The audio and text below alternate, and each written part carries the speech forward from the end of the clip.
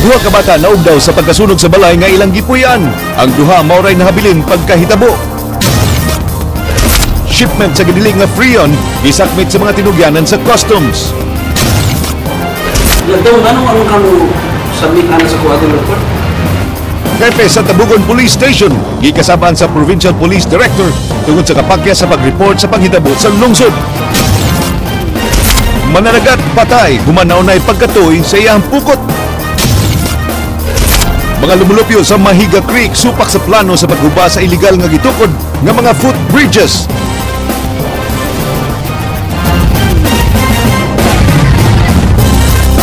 May hapon Sugbo, Kabisayan, ani ana mga balita uban ang kinatibuk-ang puwersa sa News 5 Cebu karong Huwebes, betsa 2 sa buwan sa Oktubre, tuig 2014. Ako si Glenn Soco. Inyo sabing madungog sa ka sa Radyo 5 101.9 News FM alang sa mas komprehensibong impormasyon. Ako si Georgia Herrera. Ato ni Georgia, dunagi nakatilaw og kasaba. Nakatilaw og kasaba ang hepe sa Tabugon Police Station tungod sa kapakyas nini sa pag-report sa datong panghitabo sa iyang area of responsibility. Personal nga gitawagan ni Police Senior Superintendent Noel Guilliamac Glenn ang hepe sa Tabugon Police human masayod sa pagpangrakrak sa usa ka panimay gikan sa mga tigbalita. Andrea Patanya, Suginlimi. Duha ka grenade ang gipaboto. So, dong ano kamo submit ana sa kuadron report? Lagi, bahalang makabutang na nada, pero why did you not text me about that? Plaputin ko karon diri about ano makapatala. Gikasab-an ni Cebu Provincial Police Office Director Senior Superintendent Noel Guilliamac ang hepe sa Tabugon Police pinaagi sa tawag sa cellphone kaganihang buntag. Human kini napakya sa pagpahibaw kaniya sa nahitabong pagpangrakrak sa panimay sa usa ka pamilyang nagpuyo sa maong lungsod. Kay numduman nga niadtong Huwebes sa kadlawon pa sa miaging semana nahitabo ang pagpangrakrak sa panimay sa pamilyang America dinhi sa sitio Lamak, Barangay Ilihan, Tabugon ug nasubli na sab kini kagahapon sa kadlawon. Napuno og mga buslot ang bungbong sa ilang Pinoy-anan agi sa mga bala ug miabot ngadto sa 25 ka mga bala sa nagkalain-laing armas sama sa M16 Armalite rifle, 45 caliber pistol ug 9mm ang na-recover. Gawas niini, duha sab ka granada ang gilabay sa wa mailhing mga suspect. Daling gitawgan ni Guilliamac si pareha aron pa-explica ron kung ngano wa siya pahibaw kabahin sa maong panghitabo. Gani nasuko sab kini kay dugay kaayo kining mitubag sa iyang cellphone. Actually, I was flat-footed, pagpangutana ninyo, because the Chief of Police did not send me any message about this incident. So, I will let the Chief of Police explain why he failed to inform the Provincial Director. Sa among phone interview kang pareha, iyang gipasabot nga nakalimot siyang pahibaw ni Guilliamac sa insidente ug bugtong spot report ra ilang napada tungod sa kabisi sa investigasyon. Nawahin may pag-submit sa mong kwan. Ito na sa mong kabisi po sa pagsupay sa kwan, sa Angulo, na kwan ko nawahin na kaligtaan na pag-submit ang report na PD, pero nag-submit na sa kwan ang provincial headquarters, pero biligid na personal sa number na PD. Mato ni pareha, padayon pa ang ilang investigasyon sa maong panghitabo ug usa sa ilang gitanaw nga motibo mao ang kasungian tungod sa yuta. Gani usa sa ilang gitanaw nga suspect mao ang usa ka jail warden nga nakalali sa maong pamilya tungod sa yuta.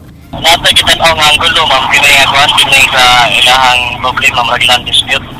Usa na sa Angulo nga tang gitanaw. Naindig ko nga usa ko nung kwan, ang jail warden nga hindi na kung balay ngayon nagitupuran, kanhi ko na sa mga kanang karaan din nga agyanan ba, padulong o kaning asinda sa mga tubo. Karaan ka na sa agyanan na napalit nila, so ilang nag-close na nga portion. Mato ni Guilliamac, di layo ang posibilidad nga dunay koneksyon sa kapulisan o militar ang mga suspect tungod sa mga ebidensyang na-recover sa crime scene. Well, so far, those firearms and hand grenade are issued to maybe regular personnel of the armed forces and the Philippine National Police. But sometimes, these grenades or firearms can be, makuha sa mga civilians through illegal means, especially firearms like KG9 pwede sana na makuha sa Danao. Gimanduan ni Guilliamac ang Provincial Investigation and Detective Management Branch sa pagtabang sa Tabugon Police sa ilang investigasyon. Buot sab niini nga adunay mga pulis nga magpatrolya sa maong panimay aron sa pag-secure sa pamilyang Amerika. Well, right now, no, usa na sa akong instruction sa ako ang chief sa IDMB to secure the family and protect them, no, sa mga retaliations, no, sa mga suspects, no, which remain unidentified. I directed the chief of PIDMB to assist the chief of police of Tabugon to immediately conduct investigation and as much as possible to apprehend all the suspect behind this what we call the strapping of a house, no. Andrea Patenia, News 5.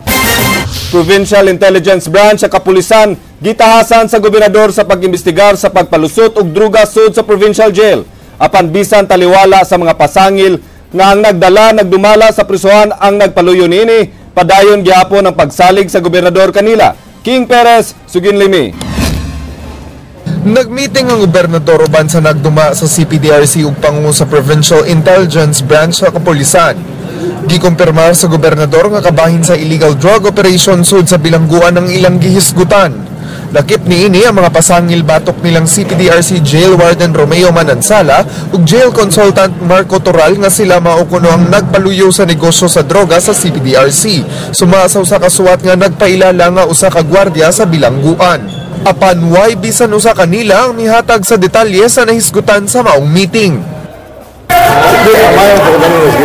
Lahi lagi. Ito sa PB, lahi ito.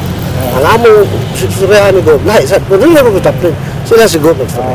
So, dili separate ang kuan? Separate. Lahi ito PB, lahi sa among tuyong Gob. So, dili concern sa drugs? Dili concern sa drugs. Sir, kung sa itong left? Yung tawanan na nagdalag sulat, involved sa drug trade ko, may protector sa mga illegal na mga tanda. Subling gipanalipdan ni Governor Junjun Davide ang iyang mga appointed head sa CPDRC. Giklaro sab sa gobernador nga way mahitabong reassignment o pagtangtang kanilang toral ug Manansala. Gani nakadawat siya og suwat gikan sa mga empleyado ug mga inmates nga nagsuporta nila ni Toral ug Manansala. Usa sa mga basehan nga gitudlo si Toral nga utok sa droga sa CPDRC mao ang pagkakonbikto niini kaniadto tungod sa drogas. Nakagawas si Toral human giabsuelto sa kaso atubangan sa Court of Appeals. Sa position pa rin kasi nasagin siya. His race. The time is families.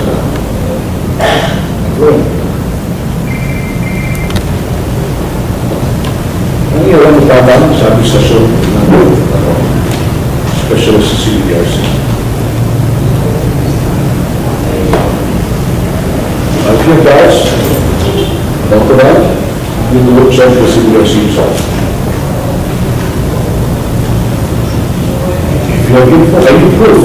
Kung katong sa alam mo sa kumpuntay na, kung siya na manipulation ko na mag-umas, I improve. Nahibaw ang gobernador nga padayon ang gihimong monitoring sa Provincial Intelligence Branch sa CPDRC. Human nagsunod-sunod ang pagtumaw sa mga kontrobersiya sa pagnegosyo sa droga sud sa bilangguan. Apan matod sa gobernador way labot sa iyang gipasusi sa PIB ang suwat nga mipasangil kanilang Toral ug Manansala nga mao'y nagpaluyo sa pagnegosyo og droga sud sa bilangguan. Nagsugod ang kontrobersiya human gibutyag sa gibilanggo nga si Jocelyn Correa kinsa nadakpan sa Liloan Police Station nga gikan sa CPDRC ang iyang gipamaligya nga shabu.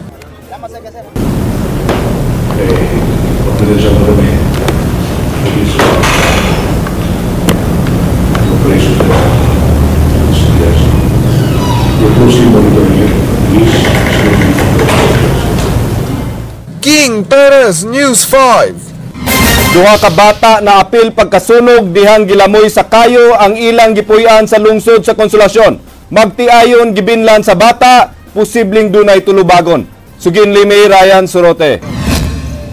Wa na makagawas nga buhi ang magsuong Rafi, 6 anyos ug Mikey, 5 anyos, human sila maapil sa pagkasunog sa ilang balay sa barangay Tayud sa lungsod sa Konsolasyon. Pasado las 10 kagahapon sa buntag, miulbo ang sunog sa panimay sa pamilyang Bandibas nga mo'y misagop sa mga bata. Gibiyaan ng mga bata sa magtiayong Arturo ug Beatriz Comendador ang mga sinaligan sa mga bandibas aron lihukon ang pipila ka mga gimbuhaton gawas sa panimay. Namatikdan ni Beatriz ang sunog dihang niuli siya aron maglungag sa ilang paniudto. Suway pa nilang giluwas sa mga bata uban sa ilang mga silingan. Pagdagan ko rin, tabangan ko sa mga tao niya, buwak lang ang jealousy, di naman masugat, yung kayo, masugat na namo. Wala na giminahin mo. Alas 10:45 miabot ang kabumbiruhan nga may nakapawong sa kayo. Doon sa bintana napalgan ang napaig ng mga lawas sa mga bata. Duda sa kabumbiruhan nga nangayog tabang ang mga bata apan nalumos sila sa bagang aso. Labaw nga layora kaayo sa ubang panimay ang maong nasunog nga balay. Giyong nadatugan sab sa mga kisame ang mga biktima base sa itsura sa ilang mga lawas dihang nakitaan. Nagtuwa ang mga residente nga nagduwa og posporo ang mga bata nga may hinungdan sa sunog.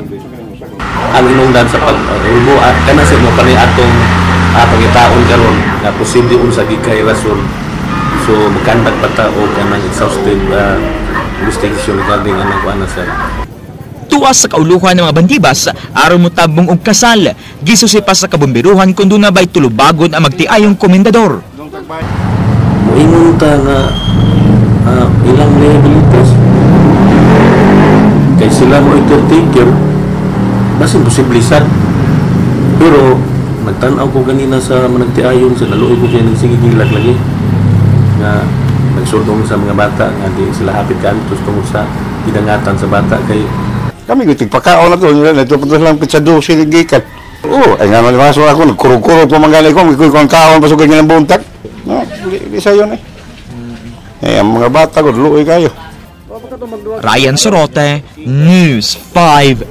Mga biktima sa sunog sa Barrio Luz, Dakbayan sa Subo, tunulan og financial assistance gikan sa City Hall ug Mang Adlawa. Pipila ka mga biktima sa sunog na balaka sa giplano nga reblocking. Leslie Caminada Vistil, sugin nimi. Nginabuhi ana mo, akong anak nag-drive, nag-abang na may usahay nga daghang magsakyanan. Wa makagwanta siyang gibati og nakapatulog gyud siyang mga luha si Nanay Liliosa Ostia human sa nagian ining katalagman. Usa si Nanay Liliosa sa mga biktima sa sunog, dinwa gyud siya nadala bisan gamay siyang mga kabtangan. Gani iyang gisuot nga sapot karong adlaw, lakip sa mga hinatag nga hinabang.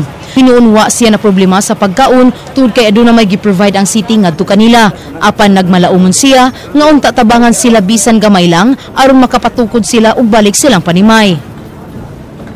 Abot kay ingo mga tagaan ko no mi, paabot lami og na basin og magkuanan mi, magtabangan mi nila. Malipay mi.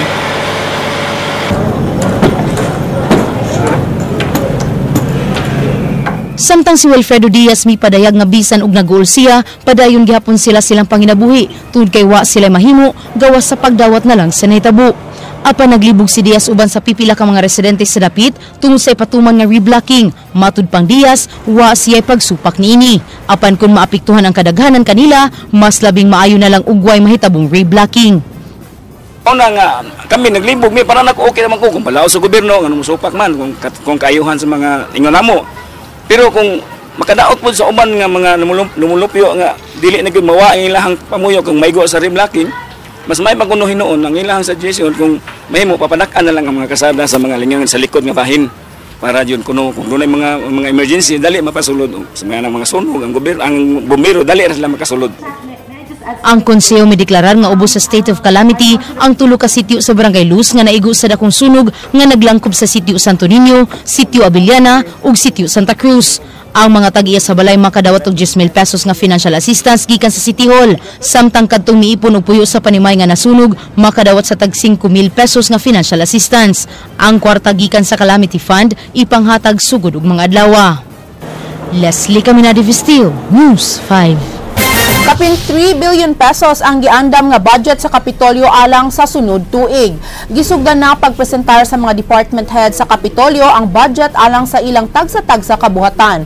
Suma sa proposed budget, dakong pundo ang igahin alang sa agriculture, health, disaster risk reduction and management ug sa opisina sa gobernador.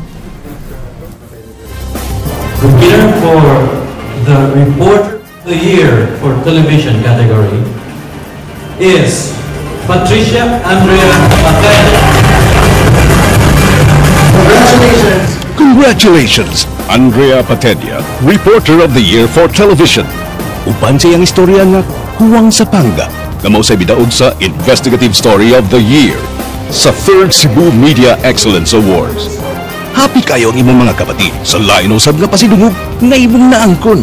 Ipadayon ang paghimog istorya nga makapadasig ug makahatag og inspirasyon sa mga kapatid.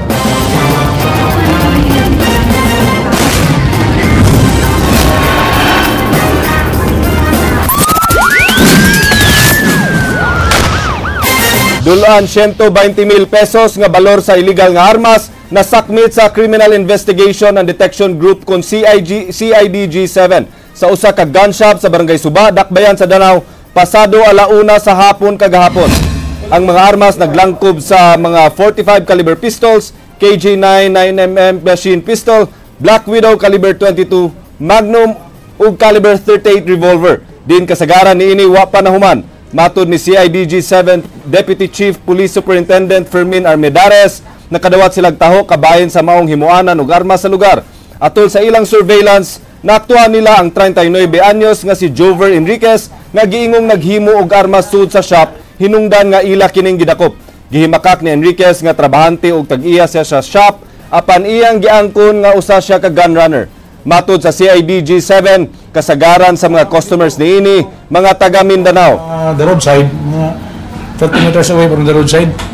Then sa left side, kung doon sa interior, na dito naghimog armas. So thereafter, surveil sa ako. So as a team leader, nag-decide ako na ato dakpon. Kaya kita naman. So maunikin din ang mga armas, matang sa armas na nakuha nato dito in plain view. Ato na dito kay ato lagi sugo ko ba. Niya pag ato dito, this nalakaw sa dang sa daga dito tong laging ko dito ba trabaho na ba. Kuha ko dito yan atlan mo nga kwan, ya mo kailangan mo nga gato dia kay di man ako makuha na magdawat sa kwan kay ko kung isugo nga dagan ba. Ranir. Kapulisan sa rehiyon mudangop sa simbahan aron sa pagpangayo og tabang nga magihan ang mga kapulisan. Taliwa sa kontrobersiya nga giatubang sa organisasyon. Andrea Patenya, Suginlimi. Actually, I brought this out also with Archbishop Palma. And then when I made the courtesy call to him, and he's very much willing to help us also. Nagpatabang na si Police Regional Office 7 Regional Director Prudencio Tom Banyas kang Cebu Archbishop Jose Palma sa pagdisiplina ug sa pagtudlo og moral values sa mga pulis. Kinisubay sa sunod-sunod nga mga kontrobersiya kabahin sa giingong pagpabadlong sa mga pulis di lang sa kauluhan kundi lakip na dinhi sa Central Visayas. Bag-o lang, gipasakaan og kasong murder ug frustrated murder ang hepe sa Law Enforcement Section sa Lapu-Lapu City Police Office nga si Police Inspector Rogelio Amoroso Jr. Human nakapusil patay og waiter sa usa ka bar nga si John Steven Lagsanay ug pagkaangol sa bouncer nga si Archie Hesta. Samtang usa ka kanhisakop sa Regional Personnel and Human Resources Development Division kun R1 nga si SPO3 Ferdinand Tumakay ang giimbestigar karon human giakusahang nangilkil. Sa buhatan sa Regional Police Community Relations Division, laing babaeng pulis ang giimbestigar tungod sa pasangil sa pagbulsa sa 300,000 pesos nga donation sa PRO7 alang sa mga biktima sa linog ug bagyo. Niadtong Hulyo, gidakop si PO2 Bernardito Almeida Jr. humanadakpan atol sa buy-bust operation sa lungsod sa Bourbon ug giakusahang drug protector. Samtang niadtong Pebrero, gidakop si PO2 Ronilo Manuel human giilang nga suspect sa pagpanulis ug nadakpan sab kini pagkabuan sa Mayo sa Saturation Drive, di nakuhaan kini og mga bala ug drug paraphernalia. Tungod niini, nahukman ni Banyas nga gikinahanglan na gyud mga igsuporta sa simbahan sa transformation sa kapulisan. Tukion niya karon sa command group nga ipaubusta ng police officials ug officers sa 40-day reformation program, din ipahigayon kini by batches. We reiterate the moral values of each and every policeman. Love of our country, love of our people, love of God. Because if you have these values inside you, you will not do these things. Usa sa mga tambag niini sa mga pulis, mao nga likayan na lang gyud ang pagsud sa mga bars ug imnanan. Pwede nyo naman naiwasan na wag naman kayong uminom sa mga bars, sa mga ganun. Wag nyo nang gawin yun. Ano? Ang iba kasi, ang alak hindi sa tiyan nilalagay, sa utak kung hindi nyo kaya na kontrolin sarili nyo pag nakainom kayo, wag na. Kung ako nga, I don't remember, since my assignment here, na pumunta ako sa mga karaoke o bar. No, I haven't. Kung malambigit man gani sa bikil, di angay magpada sa kainit sa ilang ug sa ilang garbo. It's high time that all the police officers should ask themselves, huwag silang mag-isip lang ng sarili nila. Tinamaan ba? Tinamaan. It's granting, tinamaan pride mo. But would your subsequent actions be justified? Would it redound to the welfare of the people you are serving? For the service that you have sworn to uphold to the benefit of your family? Mag-isip-isip kayo. Gitog ani Banyas nga apektado gyud sila sa mga bati nga balita nga nanggawas karon batok sa PNP organization apan di kini nila igsapayan ug magpadayon ilang pagsilbi sa katawhan. Di mo menos ang Chief PNP Alan Purisima nagatubang og investigasyon sa Kongreso tungod sa mga luho nga mahalong bay ug daghan nga mga mahalong sakyanan nga di ma-afford sa iyang sweldo lang. Andrea Patenia, News 5. Nakapasar sa ilang final exam ang 52 ka mga police officials ug civilian motorcycle enthusiasts sa ilang 45-day executive motorcycle riding course. Kini isip pagpangandam sa APEC Summit. Mubalik si Andrea Patenya. Gisukod ang kahana sa mga police officials ug mga civilian motorcycle enthusiasts atol sa final exam sa ilang executive motorcycle riding course nga gipasiugdahan sa Highway Patrol Group dinhi sa South Road Properties ganihang buntag. Ang maong riding course gilangkuban sa mga pulis nga nagranggo og Chief Inspector ngadto sa Chief Superintendent lakip na sa mga sibilyan nga mahiligon og mga motorsiklo. Ilang gi-demonstrate ang tanan nilang nakatunan nga mga stunts sama sa small circle ug figure 8. Usasab sa mga kulbahinam nga bahin mao ang ilang final jump.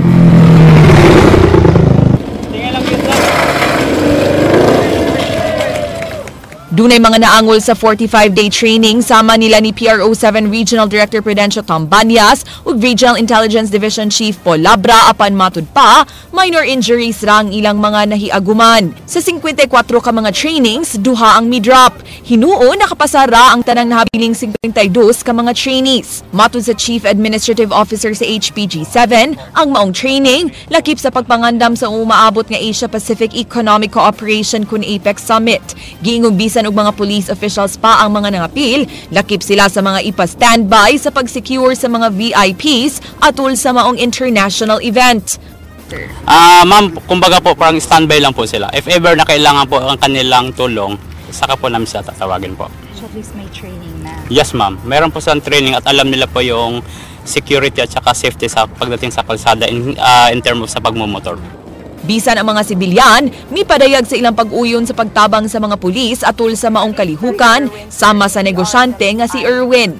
We've decided to volunteer ourselves as civilians to join this training because we wanted to assist the PNP in the upcoming APEC Summit just in case they needed more riders to assist in the convoy of the VIPs of different countries.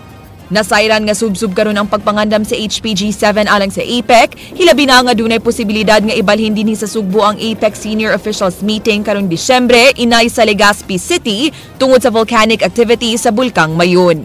Andrea Patenia, News 5. Naangol ang usa ka lolo kagabi human mabangga sa garbage truck. Ryan Sorote, sugin nimi.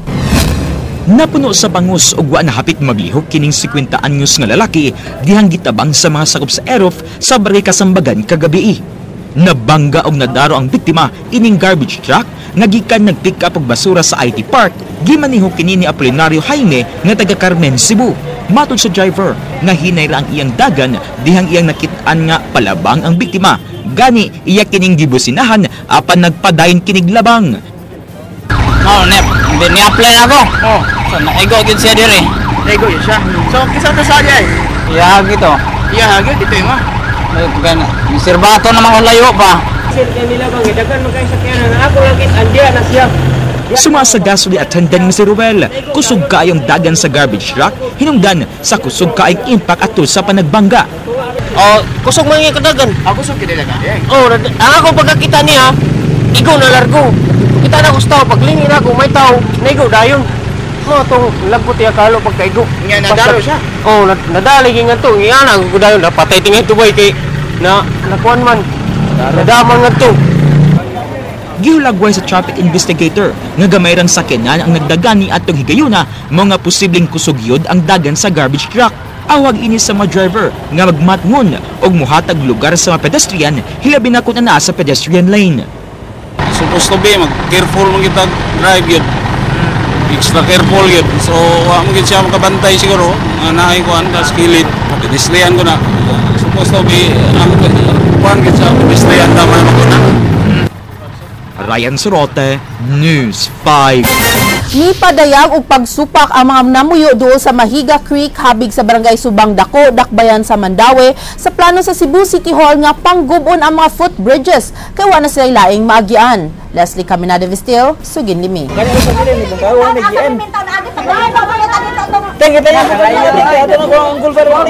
Wa makauyo na mga mulupyo dinhi sa Sitio Mahirna, barangay Subang Dako, Dakbayan sa Mandaue sa balita nga ilang nadawat nga ipagguba ang 24 ka mga footbridges sa ilang lugar. Ang presidente sa Mahiga Riverside Neighborhood Association nga si Amelita Shefe Maingon nga di makatawhanon ang plano sa Dakbayan sa Sugbo. Dugang niini nga di matawag nga illegal ang ilang mga footbridges kay gamit man kaayo kini ug wa sab makababag sa sapa. Ngano matawag man nga illegal ang among footbridge? Dili man na matawag illegal aslo nga naay taong na nagpuyo diri. Unya isa pa, kanang among footbridge wala man na maabot sa tubig, so dili man na maoy rason nga maingon nakababag sa baha. Gihulagway ni Shefe nga way konsiderasyon ang Cebu City Hall ngadto kanila, labi na nga wa sila laing pang-agianan. Ngano makaingon mo mababoy nga wala man milain kagian. So matanggong mi dili asam na mi agi, mulupad. O magtinarasan bay noon, labyog-labyog pisi para makaagi. Leslie Caminada Vistil, News 5. The winner for the Reporter of the Year for Television category is Patricia Andrea Patel. Congratulations! Congratulations, Andrea Patedia, Reporter of the Year for Television. Uban sa iyang istorya nga huwang sa panga, nga mao sa bidaog sa Investigative Story of the Year sa 3rd Cebu Media Excellence Awards. Happy kayo ang imong mga kapatid sa lain usab nga pasidungog nga imong naangkon. Ipadayon ang paghimo og istorya nga makapadasig ug makahatag og inspirasyon sa mga kapatid.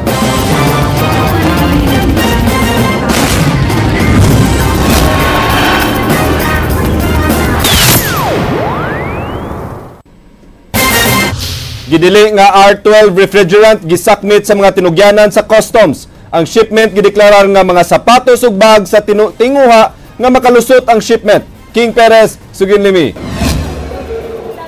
Gipresentar sa mga kadagkuhan sa Bureau of Customs ug sa Philippine Ozone Desk kining 55 ka karton sa mga refrigerants dito sa Cebu International Port kaganihang buntag. Dili na i-release ang gatusan ka mga refrigerants human masakpi nga wala gideklarar ang maong imported goods nga gikan sa China. Usa ka Riddle Enterprises sa kauluhan ang consignee sa shipment nga naa sa Customs Cebu niadtong Agosto. Bukantidad o gibana-ba ng 450,000 pesos ang kantidad sa maong confiscated shipment. This will be seized and then we will make all the reports. We will do an inventory and then we will submit it to Philippine Ozone Desk. Ang shipment gideklarar nga mga sapatos ug bag ang sud sa mga karton. Ikatulog isud sa karton ng mga refrigerants paglikay nga masakpan. Ang mga R12 refrigerants gidili na nga gamiton sa mga air conditioning ug refrigeration units tungod kay aduna kini sagol nga ozone depleting substance. The Montreal Protocol on Substances that Deplete the Ozone Layer has a list of controlled substances. So yung mga yon, tapos pati yung phase-out dates. That means yung phase-out dates sa countries, the country should not be importing those substances anymore. So in that case, meron talaga? R12 is listed. Meron siyang contamination o na R12 which is more than 1%. So, following the rules and regulation with regard to the use of the refrigerant, if it is not 100%, it should not be used because it will affect or destroy the refrigeration. Magpabilin sa kustudiya sa Customs Cebu ang mga refrigerants, samtang giandam ang mga kaso batok sa mga responsable sa shipment. Ang normal practice, binabalik yan sa country of origin. Yes, sir. We will file a corresponding case against them. Ang kuan mo gud ani is expired na mo gud ang kuan ani accreditation sa importer. King Perez, News 5. Usa ka mananagat na matay human na unay sa pagkatoy sa iyang pukot. Ang mananagat kinsa naginusara sa pagpanagat, nakita na lang nga patay sa iyang anak. Jinky Bargio, Suginlimi. Wa na'y kinabuhi ang 65 anyos nga lalaki dihang napalgan siyang anak ug mga kauban samtang sila nanagat sa kadagatan sa Aluginsan sa yukaganang buntag. Matud sa anak, nag-inusarang nanagat ang biktima nga si Fortunato Montemayor apan nakalitan sila dihang ilang nakitaan nga anaa nasod sa pukot ang iyang amahan. Utong kanang bugat nga bato ba, pagsaka naapa siya, pagdayo ng sintro na nahumana ang amuang singsing, nahipos na ang bato, tagban mo yung pangita nga nawaan nas papamulo. Duda sa kapulisan nga basin og yatake ang biktima apan ang asawa nga si Luciana nagkanayon nga way sakit nga gihambin ang iyang bana. Wala man sa istorya nga mauna siya na say ko ang sakit. Pag sa among kadugayon gani sa among pagpuyo wa gani inig panagat niya dili siya moingon nga mauna mularga na siya. Ang kapulisan sa Barili miingon nga kumbensido sila nga why foul play sa hitabo. Super ma'am, sa ato ang investigasyon wala may nakita nga foul play. In fact nga ang patenglawas karon sa nalumos kana silang balay. Nadawat na sa iyang kabanay ang iyang hinanaling kamatayon. Pagkakaroon ana pa sa ilang Pinoy-anan sa sitio Macabog 2, Barangay Hapitan, ang patayng lawas ni Montemayor samtang gapaabot sa iyang ubang anak. Jinky Bargio, News 5. Sa unang higayon, gihimo ang hearing sa mga kasong multiple o frustrated murder batok sa tulo ka mga kanhi sakop sa Regional Highway Patrol Group nga akusado sa pagpamanhig ni Attorney Noel Archival ug mga kauban. Ang hearing gitambungan ni King Perez. Unang gituki sa korte ang motion sa depensa nga nagtinguhang pagtino sa korte kung adunay probable cause sa mga akusasyon batok nila Senior Superintendent Romualdo Iglesia, Senior Inspector Joselito Lerion ug PO1 Alex Bacani. Nanambong ang mga abogado sa tulo ka akusado apan wala ang mga akusadong pulis sa hearing. Gipadayon sa judge ang hearing bisan sa tinguha sa prosecution sa pagdefer sa hearing tungod kay wa sila makadawat og kopya sa motion for judicial determination of probable cause sa mga akusado. Matod sa huwes nga walay conformity o wa nagkasinabot ang private ug public prosecutor sa pagduso sa motion. Maybe we don't have yet the authority to prosecute from our office. Wala pa din sila nakikimit sa inyong fiscal I do not know ni fiscal dalawang po. Gahapon nakita ni Attorney Bersinas sa office. Pero nga man katong ilang motion fiscal wala man to conformity kasi ng office. Siguro, ano na ito, you're in a hurry. But if they were here, siguro, we can argue because we're here.